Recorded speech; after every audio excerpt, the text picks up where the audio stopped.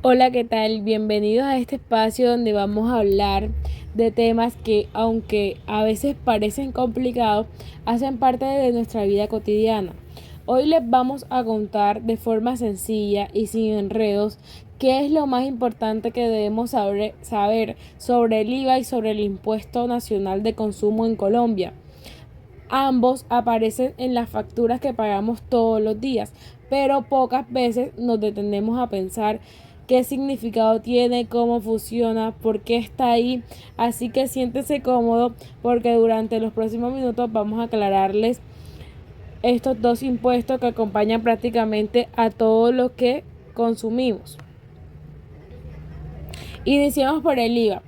Cuando hablamos del IVA, hablamos de un impuesto que se siente en casi todo, desde comprar un celular hasta pagar un servicio.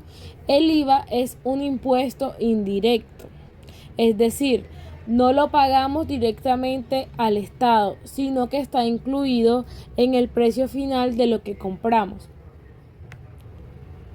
La mayoría de productos y servicios en Colombia tienen una tarifa del 19%, aunque algunos tienen el 5% y otros son totalmente exentos. Algo clave del IVA es que es descontable, es decir, que las empresas pueden restar el IVA que pagaron en sus compras del IVA que cobran en sus ventas. Eso quiere decir que evita que la carga se acumule y en últimas que el que realmente lo termina pagando es el consumidor final. En pocas palabras, el IVA es una de las principales fuentes de ingreso del país y aunque a veces nos duele cuando lo vemos reflejado en una factura, es parte esencial de la parte financiera y de los servicios públicos. Ahora vamos a hablar un poco sobre el INS o en otras palabras, el Impuesto Nacional de Consumo, que es distinto. No aparece en todo lo que compramos, sino en algunos sectores específicos. Lo vemos, por ejemplo, cuando pagamos una comida en algún restaurante, cuando recargamos el celular, eh, o cuando se compra vehículos o bienes que se consideran suntuarios.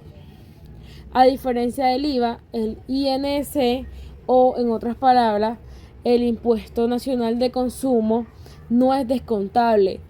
Lo que se cobra ahí queda. La tarifa depende del sector. Un ejemplo es que en los restaurantes y en los bares se cobran una tarifa del 8% y en los bares, y en la telefonía móvil y en otros porcentajes de vehículos que maneja sería el 4%. Una ventaja para algunos negocios es que el INC puede simplificar trámites porque no tiene que manejar IVA.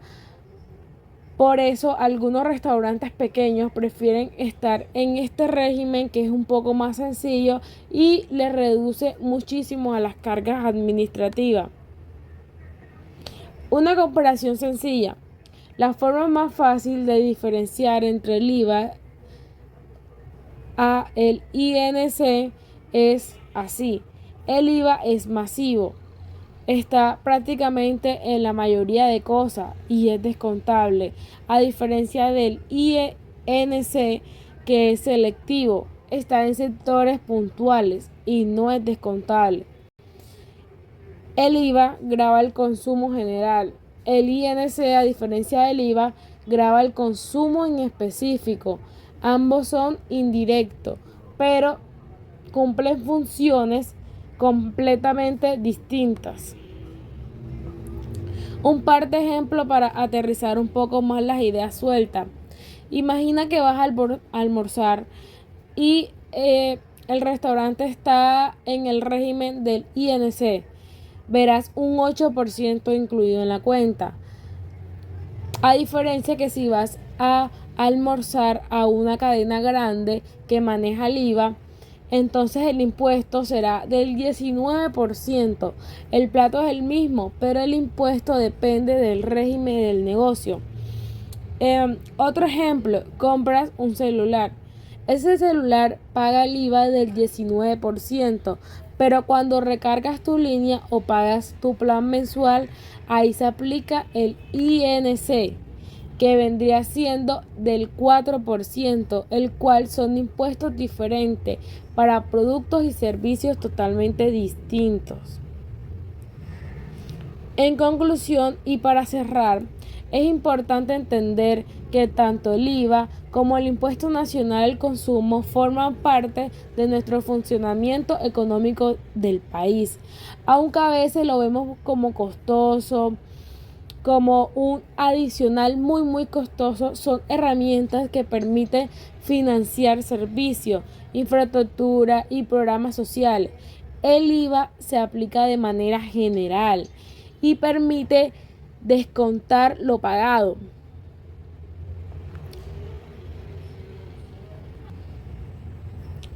En la cadena de producción, mientras el INC se enfoca en sectores específicos y no tiene beneficio. Conocer estos impuestos no solo nos va a ayudar a entender mejor lo que pagamos, sino también a valorar cómo funcionan los sistemas tributarios en nuestro día a día. Bueno, esto fue todo por hoy. Gracias por acompañarme en este episodio. Espero que te haya servido de mucha ayuda y que haya podido aclarar muchas dudas